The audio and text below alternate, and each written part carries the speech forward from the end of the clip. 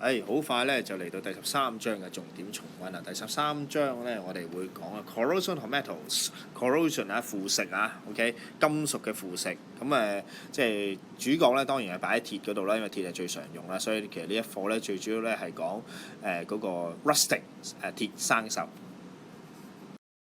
咁首先咧揭去第2頁嗰度啦。咁我哋先睇一睇咧，就係啲基本嘅概念。嗱，好多時候咧會將咧生鏽同埋腐蝕呢兩個詞彙咧對等咗嘅。咁兩樣嘢咧就係咪即係完全一模一樣嘅咧？咁樣嗱，小心呢個係一個陷阱嚟嘅。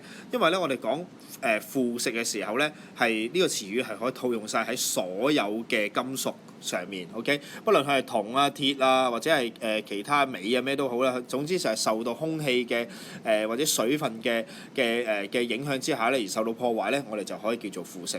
但係鐵咧嗰個嘅腐蝕咧，我哋又名又稱為生鏽。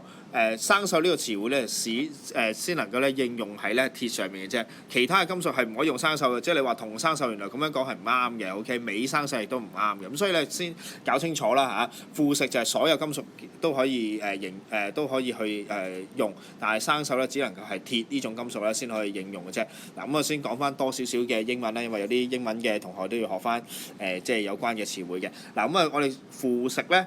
咁放大少少嗰個英文俾你睇下，腐蝕嘅英文咧就 corrosion， 咁即係我哋話metals 咧就可以用翻 corrosion 呢個，任何嘅 metals 都可以用 corrosion 呢個字啦。但係剛講到 rusting 呢個字咧，就記住咧係淨係講係 iron 嘅啫 ，OK 咁所以咧就唔好撈亂咯我哋話會有係corrosion of metals 啦但係咧就唔會有rusting of metal 嘅，咁樣就所以呢個地方咧要搞清楚啦。